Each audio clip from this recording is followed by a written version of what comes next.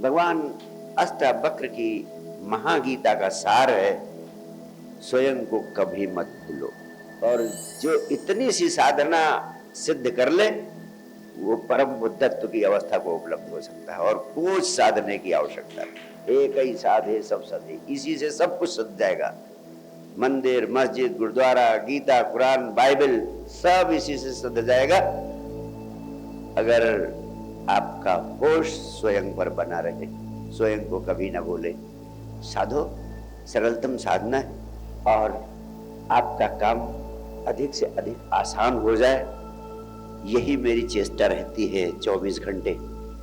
जो कुछ भी बोलता हूँ, सिर्फ आपको जो काम सौंपता हूँ उस काम को कितना सरल कर दूं, कितना आसान कर दूं कि सारा अध्यात्म खेल खेल में तुम्हारे जीवन का अंग बन जाए, तुम्हारी सांस सांस प्रार्थना बन जाए, और तुम्हारा शरीर ही मंदिर बन जाए, कहीं आने जाने की जरूरत ही ना रह जाए। तो स्वयं के प्रति होशपूर्ण होने में एक ही बाधा है। वो बाधा क्या है? आपने इस जगत की वस्तुओं और अपने शरीर के साथ तादाद में कर लिया है।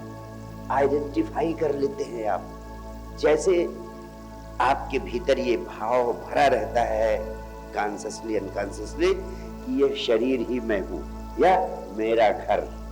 घर के साथ आइडेंटिफाई कर लेते हैं, संयुक्त हो जाते, एक हो जाते। मेरी कार बड़ी वैल्यूएबल कार है, कुछ लोग तो कहते हैं मेरी प्राण है, मेरी आत्मा है ये कार, मैं ही जैसे ये कार हूं, मैं ही ये घर हूं। तो वस्तुओं के साथ आप इतना अधिक प्रेम पैदा कर लेते हैं कि उनको अपना होना समझ लेते हैं। You identify yourself with the objects of this world, and then you identify yourself with your body. आप अपने शरीर को ही अपना होना समझते हैं, जबकि वास्तव में आप शरीर नहीं हैं। आप कार के अंदर बैठे हैं, लेकिन कोई आपसे कहे आप कार हैं तो क्या कहेंगे? नहीं, कार नहीं। तो वैसे ये शरीर आपकी कार है, आप इसके भीतर बैठे हैं, लेकिन आप ये शरीर नहीं है। जैसे कार में बैठे हुए आप कार नहीं है, वैसे शरीर के भीतर बैठे हुए आप शरीर नहीं है। तो शरीर के प्रति भी इतना ही मोह रखो जितना मोह कार के प्रति होता है। जैसे कार के प्रति कोई मोह नहीं होना चाहिए क्योंकि आप कार नहीं है, वैसे शरीर के प्रति भी आसक्ति नहीं होनी चाहिए। साधन है, मैं नहीं कह रहा हूं उसकी उपेक्षा करो, मैं नहीं कह रहा हूं कार की उपेक्षा करो। साधन है, महत्वपूर्ण है, वैल्यूएबल है, उसका सम्मान करो, उसका उपयोग करो, लेकिन समझ गहरी रखो कि तुम कार नहीं हो, समझ गहरी रखो कि तुम शरीर नहीं। तुम जो हो उस पर तुम्हारी दृष्टि रहनी चाहिए, तभी तो स्वयं के प्रति होशपूर्ण रह पाओगे।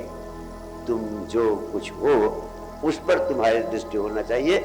इसलिए शरीर के साथ जो तादाद में आपने स्थापित कर लिया, उस तादाद को तोड़ना है। जगत की वस्तुओं के प्रति जो तादाद में आप स्थापित कर लेते हैं, तादाद में मीन्स आइडेंटिफाई कर लेना, उनके साथ संयुक्त हो जाना, उनके साथ एक हो जाना, उनको अपना होना मान लेना, यह है तादात्म्य का अर्थ। तो अब मैं तादात्म्य शब्द का प्रयोग करूंगा तो बार बार आपको कोई भ्रांति ना हो, इसलिए मैंने तादात्म्य शब्द को बिल्कुल स्पष्ट कर दिया। तो शरीर से तादात्म्य कर लेता है हर आदमी, इसीलिए जिंदगी भर शरीर के साथ जो कुछ होता है उससे परेशान रहता है। वो उसकी जिंदगी की समस्या बन जाती है, उसकी जिंदगी का संताप बन जाता है, उसकी जिंदगी की पीड़ा बन जाती है। जिस चीज से भी आप आइडेंटिफाई कर लेते हैं, तादात्म्य कर लेते हैं, उसके साथ जो कुछ भी घटित होता है लगता है आपके साथ हो रहा है, और उसके साथ घटित होने वाली घटना आपको अधिकाधिक प्रदान करने लगती है। जैसे आपके मकान के साथ कुछ हो गया तो बहुत लोगों को तो हार्ट अटैक हो जाता है। मकान में आग लग गई तो हार्ट अटैक हो गया, वो भी चले गए उसी के साथ साथ। क्यों? क्योंकि मकान के साथ उन्होंने अपना इतना गहरा नाता जोड़ दिया था, जैसे मकान का होना उनका होना है, मकान गया वो भी गए, अब जीने की क्या जरूरत है। जो अपना मकान ही नहीं रहा तो जीने की क्या जरूरत है, गए। इसी तरह जो आप विचार करते हैं, अपने विचारों के साथ भी आप तादाद में स्थापित कर लेते हैं, उनको अपना होना मान लेते हैं। बहुत लोगों को विचारों के साथ इतना मेल मोहब्बत हो जाती है कि उसके लिए, विचारों के लिए तो अपनी गर्दन भी कटाने को तैयार हो जाते हैं। विचार चाहे जिस चीज का हो, चाहे हिंदुत्व का विचार है, चाहे इस्लाम का विचार है, चाहे क्रिश्चियनिटी का विचार है, विचार ही तो है। हमारा धर्म बड़ा है, ये धर्म का विचार ही तो है। विचारों के साथ एक हो जाते हैं, विचारों के साथ इतना एक हो जाते हैं, रोज एक दूसरे की गर्दनें काट रहे हैं। हिंदुत्व का विचार, इस्लाम का विचार, क्रिश्चियनिटी का विचार, ये विचारों के साथ एकत्व तो स्थापित कर लेना तादाद में, ये भी बहुत बड़ी बाधा है स्वयं के प्रति होशपूर्ण होने में, क्योंकि आप अपने विचारों को ही अपना होना मान लेते हैं। ये विचार बाधा है, विचारों के साथ तादात्म्य को तोड़ना है। और इसी तरीके से अपने भावों को आप अपना होना समझ लेते हैं, अपनी भावनाओं के साथ आप तादात्म्य कर लेते हैं। इमोशंस, जो भी आपकी इमोशंस होती हैं, उन इमोशंस के साथ एक हो जाते हैं। जैसे क्रोध आया तो क्रोध के साथ इतना तादात्म्य कर लेते हैं, इतना संयुक्त हो जाते हैं, इतना एक हो जाते हैं, उस क्रोध की अवस्था में आपको कुछ होश नहीं रहता। आप उस समय क्रोध को अपने से अलग नहीं देख पाते। जिस चीज से भी आप तादात्म्य स्थापित कर लेते हैं, उससे अपने को अलग नहीं देख पाते। इसीलिए क्रोध की अवस्था में आप उसके साथ इतना संयुक्त हो जाते हैं, इतना क्रोधमय हो जाते हैं कि आपको स्वयं का होश नहीं रहता, सिर्फ क्रोध हो जाते हैं आप। इस तरह से जितनी भावनाएं हैं, इमोशंस हैं आपकी, उनके साथ प्रेम करते हैं, किसी को आइडेंटिफाई कर लेते, तादाद कर लेते हैं, प्रेम के साथ भी। घृणा के साथ किसी से घृणा करते हैं तो उस घृणा के भाव के साथ ही आपका तादाद में हो जाता है। तो जो इमोशंस है आपकी, घृणा है, लोभ है, ईर्ष्या है, द्वेष है, प्रेम है, ये सब इमोशंस हैं आपकी। इन इमोशंस के साथ भी तादात्म्य को तोड़ना है। तो मुख्य रूप से 3 प्रकार के आइडेंटिफिकेशंस हैं, तादात्म्य हैं, जो आपको जिंदगी भर परेशान करते हैं और जिंदगी भर आपको स्वयं से दूर रखते हैं, आपको स्वयं से निकट नहीं होने देते, आपको स्वयं का पता ही नहीं लगने देते। वो 3 मुख्य तादात्म्य क्या है? शरीर के साथ तादात्म्य कर लेना, नंबर 1, विचारों के साथ तादात्म्य कर लेना, नंबर 2, भावनाओं के साथ तादात्म्य कर लेना, नंबर 3। ये 3 प्रकार के आइडेंटिफिकेशंस हैं, तादात्म्य हैं, जिनके कारण आप स्वयं के प्रति होशपूर्ण नहीं हो पाते।